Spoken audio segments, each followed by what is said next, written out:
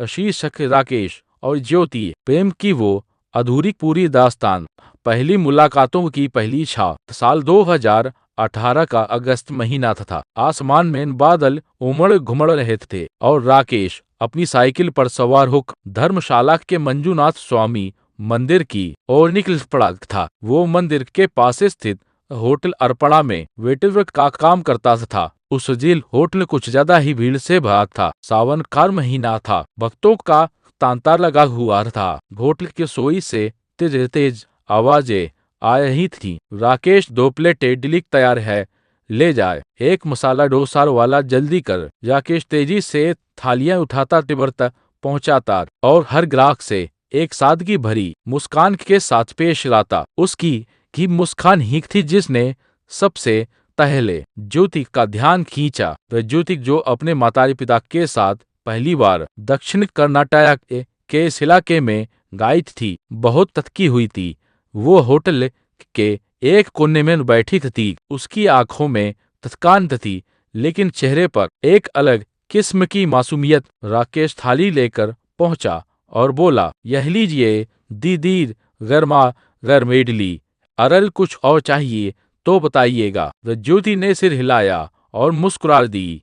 बस वहीं से एक हल्की सी शुरुआत हो गई बातचीत की डोर। अगले दिन भी ज्योति अपने परिवार के साथ मंदिर के दर्शन को आई और फिर से होटल अर्पणा में खाने बैठी। संयोग या किस्मत, राकेश फिर से उसी टेबल पर ऑर्डर लेने गया। इस बार तो आप सीधे हमारी टेबल पर आ गए। ज्योति ने हल्के से मुस्कुराते हुए कहा। राकेश थोड़ा झेपया। बस ऐसे ही तद पहचान हो गई है आपकी। ये एक छोटी छोटी बातें अब लंबी बातचीत में बदल गई। राकेश और ज्योति को भी नहीं पता चला। मंदिर, होटल और धर्मशाला के बीच कुछ दिनों की मुलाकातों में दोनों के दिलों में एक कोमल सी भावना जन्म लेने लगी। राकेश की सादगी, मेहनत और उसका संघर्ष उसे खास बनाता था। वहीं ज्योति का पढ़ाई लिखा, आत्मनिर्भर और सहृदय स्वभाव उसे राकेश की नजरों में खास बनाता था। दूरी और दिल का सफर। ज्योति वापस अपने शहर लौटेगी, पटना।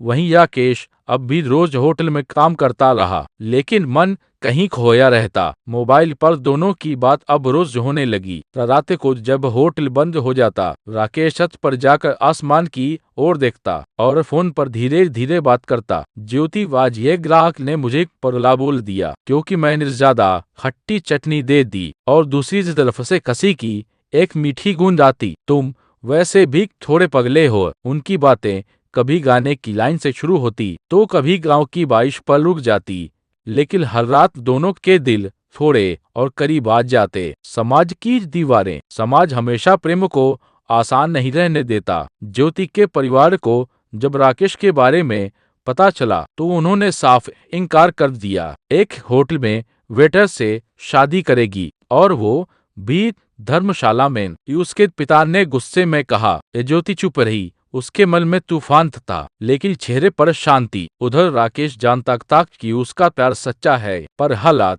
उसके खिलाफ थे। दोनों ने एक वादा किया, हम एक कल दूसरे को समझते हैं और जब तक जिंदगी साथ है साथ निभाएंगे। शादी होगी तो एक कल दूसरे से, नहीं तो किसी से नहीं। संघर्ष की सुबहें।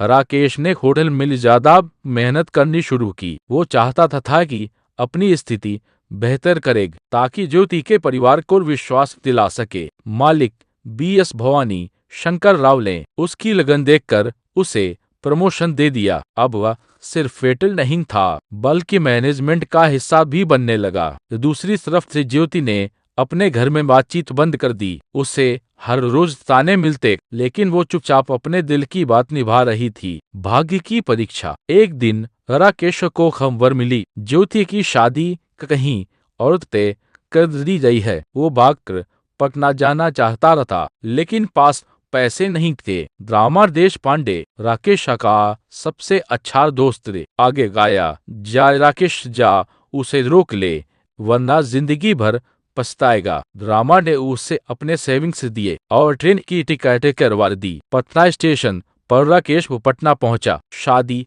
अगले दिन थी। वो सीधे मंदिर पहुंचा। जहां ज्योति पूजा करने आई थी। दोनों की नजरें मिली। राकेश ने एक ही बात कही, अगर तुझ पर मेरा हक नहीं तो कह दे, मैं चला जाऊंगा। लेकिन अगर आज भी मेरे लिए कुछ है तो बस एक बार मेरे साथ चल। ज्योति की आंखों से आंसू बह निकले। तुम मेरे भाग्य नहीं हो राकेश, तुम मेरी सांस हो। वो उसके साथ चल दी। शेष अगला भाग विवाह संघर्ष के बाद की जी और समाज की स्वीकृति अगले भाग में जारी रहेगा।